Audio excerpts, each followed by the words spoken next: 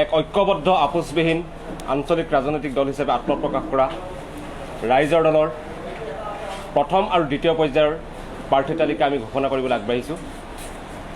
আপোনালোক ইতিমধ্যে গম পাইছে যে আগবেলা আমি সম্বোধন কৰা এক সংবাদমেলত আমি অতি স্পষ্ট আৰু দৃঢ়তাৰে ঘোষণা কৰিছিলোঁ যে বিজেপিক পৰাভূত কৰাৰ স্বাৰ্থত, বিজেপি বিৰোধী শিবিৰৰ ভোট বিভাজন ৰোধ কৰাৰ স্বাৰ্থত আমি ৰাইজৰ দলে প্ৰথম আৰু দ্বিতীয় পৰ্যায়ত অনুষ্ঠিত হ'ব লগা 86টা বিধানসভা সমষ্টিৰ নিৰ্বাচনত কেৱল 18টা সমষ্টিতে প্ৰতিদ্বন্দ্বিতা কৰিম।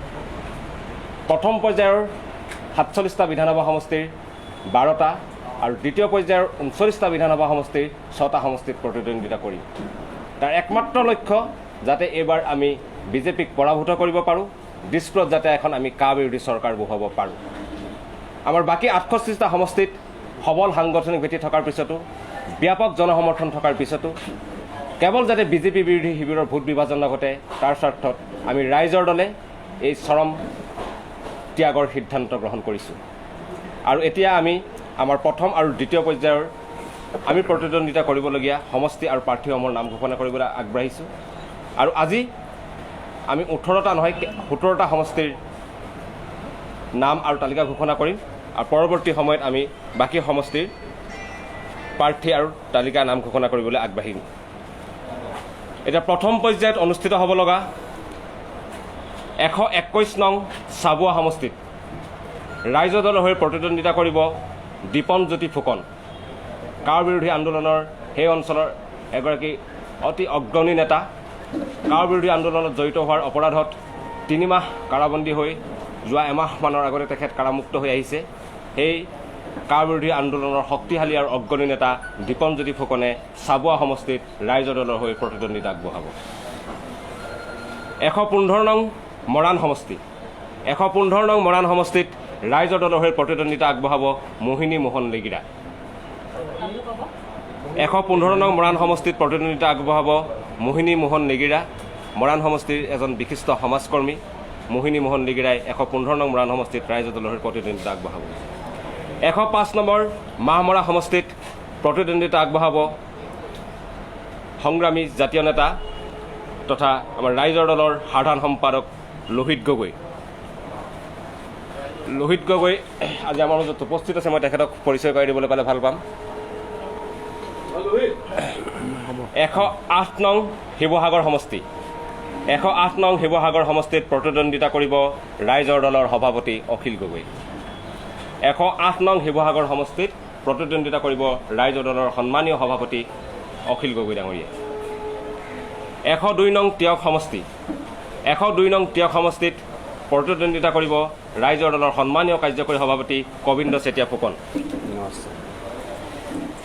93 নং বোকাখাট সমষ্টি বোকাখাট সমষ্টিত প্ৰতিদ্বন্দ্বিতা কৰিব জীৱন বৰা।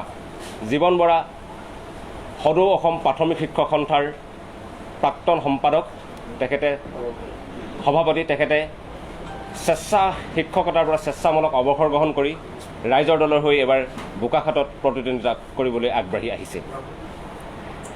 85 নং ৰূপহীহাট সমষ্টি 85 নং ৰূপহীহাট সমষ্টিত প্ৰতিদ্বন্দ্বিতা কৰিব নজৰুল ইছলামে। 83 নং ধিং সমষ্টি 83 নং ধিং সমষ্টিত প্ৰতিদ্বন্দ্বিতা আগবঢ়াব মেহবুব মুক্তাবে। মেহবুব মুক্তাব ধিং সমষ্টিত প্ৰতিদ্বন্দ্বিতা আগবঢ়াব মেহবুব মুক্তাব। আৰু মেহবুব মুক্তাব আমাৰ মাজত উপস্থিত আছে। মই মেহবুব মুক্তাবক আমাৰ মাজত চিনাকি কৰি দিবলৈ পালে ভাল পাম। তেখেতক আমাৰ মাজত যদি আহে উপস্থিত হ'বলৈ কাৰণে অনুৰোধ জনাইছোঁ। মেহবুব মুক্তাব মেহবুব মুক্তাক আমাৰ 83 নং ধিং সমষ্টিৰ প্ৰতিদ্বন্দ্বিতা আগবঢ়াব মেহবুব মুক্তাব। ধিং অঞ্চলৰ এজন উদীয়মান সমাজকৰ্মী মেহবুব মুক্তাবে ৰাইজৰ দলৰ প্ৰতিদ্বন্দ্বিতা আগবঢ়াব। আৰু ৰূপহী সমষ্টিত প্ৰতিদ্বন্দ্বিতা আগবঢ়াব নজৰুল ইছলাম।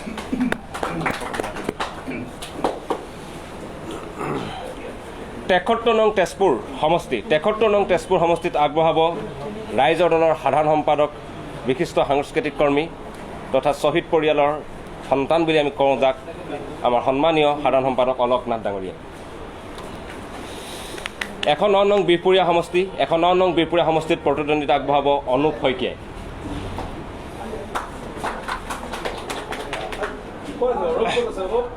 প্ৰথম পৰ্যায়ত আৰু ৰঙাপাৰা সমষ্টিত প্ৰতিদ্বন্দ্বিতা আগবঢ়াব চাহ জনগোষ্ঠীৰ বিশিষ্ট চাহ শ্ৰমিক নেতা বিজয় তিৰ্কী ডাঙৰীয়াই। প্ৰথম পৰ্যায়ত আমি 12টা সমষ্টিত প্ৰতিদ্বন্দ্বিতা কৰাৰ কথা আছিল, কিন্তু আজি আমি 11টা সমষ্টিৰ নাম আৰু প্ৰাৰ্থীৰ তালিকা ঘোষণা কৰিছোঁ। পৰৱৰ্তী সময়ত আমি পৰৱৰ্তী সমষ্টিৰ তিৰ্কী বিজয় তিৰ্কী আমাৰ মাজত উপস্থিত হৈছে। সি মাহমৰা সমষ্টিত প্ৰতিদ্বন্দ্বিতা কৰিবলৈ প্ৰাৰ্থিত্ব লাভ কৰা ৰাইজৰ দলৰ সাধাৰণ সম্পাদক লোহিত গগৈক মই সংবাদ মাধ্যমৰ আগত পৰিচয় কৰাই দিব বিচাৰিছোঁ। আমি ঘোষণা কৰিছিলোঁ যে বিজেপিক পৰাভূত কৰাৰ স্বাৰ্থত 21ৰ বিধানসভাৰ দ্বিতীয় পৰ্যায়ৰ নিৰ্বাচনত আমি কেৱল 6টা সমষ্টিত প্ৰতিদ্বন্দ্বিতা আগবঢ়াম আৰু সেই 6টা সমষ্টিৰ প্ৰাৰ্থিত্বৰ তালিকা আমি ঘোষণা কৰি দিব বিচাৰিছোঁ। 82 নং ৰহা এছ চিৰ কাৰণে ৰিজাৰ্ভ সমষ্টিত প্ৰতিদ্বন্দ্বিতা আগবঢ়াব ৰাইজৰ দলৰ সাধাৰণ সম্পাদক ৰুবুল দাস ডাঙৰীয়া। 87 নং ৰঙিয়া সমষ্টিত প্ৰতিদ্বন্দ্বিতা আগবঢ়াব সেই অঞ্চলৰ বিশিষ্ট সমাজসেৱক তথা আৰু বিশিষ্ট শ্ৰমিক নেতা হৰেশ্বৰ বৰ্মন ডাঙৰীয়াই।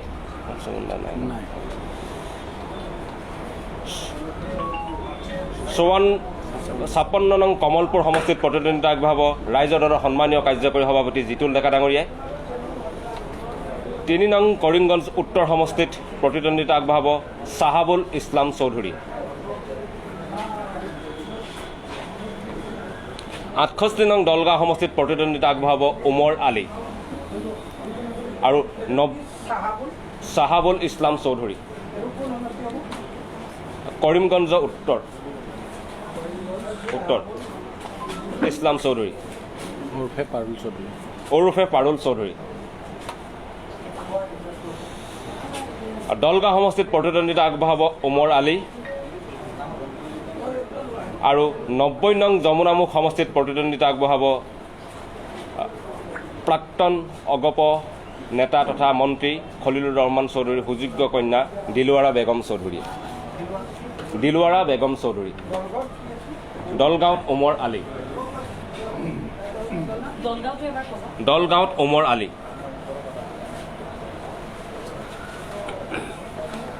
আমি পুনৰ এবাৰ অসমবাসী ৰাইজক আমাৰ দলীয় স্থিতি জনাব বিচাৰিছোঁ। জাতিদ্ৰোহী বিজেপিক পৰাভূত কৰাৰ স্বাৰ্থতে আমাৰ ওপৰত নাগৰিকত্ব সংশোধনী আইন জাপি দিয়া বিজেপি চৰকাৰক পৰাভূত কৰাৰ স্বাৰ্থতে কোনোপধ্যে যাতে বিজেপি বিৰোধী শিবিৰৰ ভোট বিভাজন নঘটে, একমাত্ৰ সেই লক্ষ্যৰে বাকী সকলো সমষ্টিত সাংগঠনিক শক্তি আৰু জনসমৰ্থন থকাৰ পিছতো আমি এই 17টা সমষ্টিত আমাৰ প্ৰাৰ্থিত্ব আজি ঘোষণা কৰিছোঁ। পৰৱৰ্তী এটা সমষ্টিত আমাৰ প্ৰাৰ্থিত্ব ঘোষণা কৰিব লগা আছে আৰু সেই প্ৰাৰ্থিত্ব আমি পৰৱৰ্তী সময়ত ঘোষণা কৰিম। আমি এই মুহূৰ্তত ৰাইজৰ দলৰ কাৰাৰুদ্ধ সভাপতি জাতিৰ বচোৱাৰ অপৰাধত যি আজি 15 মাহ ধৰি কাৰাবন্দী হৈ আছে, কাৰাৰুদ্ধ সভাপতি অখিল গগৈৰ হৈ সমগ্ৰ অসমবাসী ৰাইজৰ পৰা আমাৰ এই 17জন প্ৰাৰ্থীৰ হৈ তেখেতসকলৰ সকলোৰে মৰম আশীৰ্বাদ আৰু বিধানসভাৰ নিৰ্বাচনৰ যি যুঁজ, সেই যুঁজত সকলোৰে সহায় সহযোগিতা আশা ৰাখিছোঁ। আৰু আমি নিশ্চিত যে এই 17টা সমষ্টিত আমি এই কাৰণেই প্ৰাৰ্থিত্ব আগবঢ়াইছোঁ আমাৰ জয় সুনিশ্চিত ভাবি, আৰু আমি নিশ্চিত যে বিজেপি মিত্ৰজোঁটৰ প্ৰাৰ্থী এই 17টা সমষ্টিত আমি তৃতীয় স্থানলৈ অৱনমিত কৰিব পাৰিম বুলি আমি দৃঢ় বিশ্বাসী, আৰু সেই বিশ্বাস আগত লৈয়ে আমি 17টা সমষ্টিত আমি প্ৰাৰ্থিত্ব ঘোষণা কৰিছোঁ। আৰু এটা কথা ঘোষণা কৰি ল'ব বিচাৰিছোঁ, কাৰাৰুদ্ধ সভাপতি অখিল গগৈৰ মাতৃৰ হেঁপাহ, তাৰ স্থানীয় ৰাইজৰ হেঁপাহ যে অখিল গগৈৰ মাতৃয়ে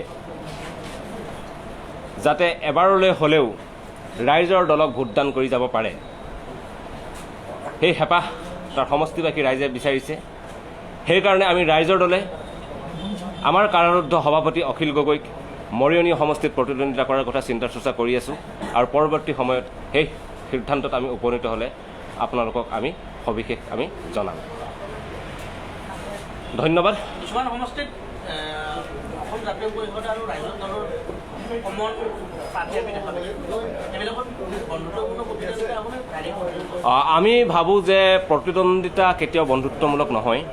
আমি ভাবোঁ যে আমি দুয়োটা মিত্ৰ দল, আমি দুয়োটাই জাতি ৰক্ষাৰ অংগীকাৰেৰে দল গঠন কৰিছোঁ আৰু জাতি ৰক্ষাৰ অংগীকাৰেৰে 21ৰ বিধানসভা নিৰ্বাচনত অৱতীৰ্ণ হ'বলৈ গৈ আছোঁ। গতিকে আমাৰ দুয়োটা দলৰ লক্ষ্য যিহেতু এটাই, আমি নিশ্চিতভাৱে আলাপ আলোচনাৰ মাধ্যমেৰে আমাৰ মাজত যদি কিবা এনেকুৱা ধৰণৰ সমস্যাৰ সৃষ্টি হয়, সেই সমস্যা আমি 2 এদিনৰ ভিতৰতে আমি সমাধান কৰি ল'ব পাৰিম বুলি আমি আশাবাদী। কিন্তু কালিৰ দিনটোত তেওঁলোকৰ সংবাদমেল দিলে আৰু আপোনালোকৰ প্ৰায় মানে একেকেইটা সমষ্টিত কনফ্লিক্টটো দেখা গৈছে, মানে তেওঁলোকৰো প্ৰাৰ্থী আছে, আপোনালোকৰো প্ৰাৰ্থী আছে। হয় হয় হয়, 2টা নে 3টা সমষ্টি সেইটো হৈছে আমি ভাবোঁ যে আমি আলাপ আলোচনাৰ মাজেৰে তেখেতসকলৰ মিত্ৰ দল আৰু আমি দুয়োটা দলে আমি মিত্ৰ ধৰ্ম ৰক্ষা কৰিবলৈ এইখিনি এতিয়ালৈকে হ'ব পৰা নাই। আমি আশাবাদী যে খুব 2 এদিনৰ ভিতৰতে আমি আলাপ আলোচনাৰ মাজেৰে উপনীত হ'ম, কাৰণ আমি ভাবোঁ যে বিজেপিৰ বিৰুদ্ধে সমগ্ৰ বিৰোধী শক্তিৰ এজন উমৈহতীয়া প্ৰাৰ্থী হ'লে বেছি ভাল। তাৰ মাজত আমি আঞ্চলিক শক্তিৰ 2জন প্ৰাৰ্থী হোৱাটো নিশ্চিতভাৱে আমি কেতিয়াও কামনা নকৰোঁ। গতিকে আমি আলাপ আলোচনাৰ মাজেৰে যদি কিবা সমস্যা আছে, সমস্যাখিনি 2 এদিনৰ ভিতৰতে সমাধান কৰি ল'ব পাৰিম বুলি আমি আশাবাদী। আমি এটা কমন প্ৰতীক চিম্বলৰ কাৰণে আমি এপ্লাই কৰিছোঁ। বিভিন্ন বাধা নিষেধ আছে, আপোনালোকে জানে যে ৰাইজৰ দলৰ ওপৰত কেনেকুৱা ধৰণৰ এটা চৰকাৰী হেঁচা চলি আছে। গতিকে সেই হেঁচাৰ কাৰণে আমি এতিয়ালৈকে সকলোখিনি সম্ভৱ হৈ উঠা নাই। খুব কম দিনৰ ভিতৰতে আমি আমাৰ প্ৰতীক চিহ্ন ৰাজহুৱা কৰিব পাৰিম বুলি আমি আশাবাদী। আপোনালোকে একেলগে সংবাদমেলত হেৰি কৰাৰ কথা আছিলে জাতীয় পৰিষদ আৰু ৰাইজৰ দল, সেইটোও কিন্তু মানে শেষত নহ'লগৈ। নেক্সট পৰ্যায়ত কি হ'ব? সংবাদমেল সম্বোধন কৰাটো আচলতে তেখেতসকলৰ নিজা প্ৰাৰ্থী তালিকা তৈয়াৰ কৰিব লগা হৈছে। আমি প্ৰাৰ্থী তালিকা তৈয়াৰ কৰাৰ যি ব্যস্ততা আছে, আমি আশাবাদী যে আমি নিশ্চিত আৰু আমি সিদ্ধান্তত উপনীত হৈছোঁ যে আমি একেলগে আমি প্ৰাৰ্থিত্ব তালিকা ঘোষণা কৰিব নোৱাৰিলোঁ। আমি যেতিয়া যুঁজৰ ময়দানত যাম, আমি দুয়োটা দলে একেলগে আমাৰ প্ৰাৰ্থী হৈ ভোট ভিক্ষা মাজিম। সেইবিলাক আমি 2 এদিনৰ ভিতৰতে আলাপ আলোচনাৰ মাজেৰে সমাধান হ'ব বুলি আমি আশাবাদী, যিহেতু আমি দুয়োটা মিত্ৰ দল। ধন্যবাদ।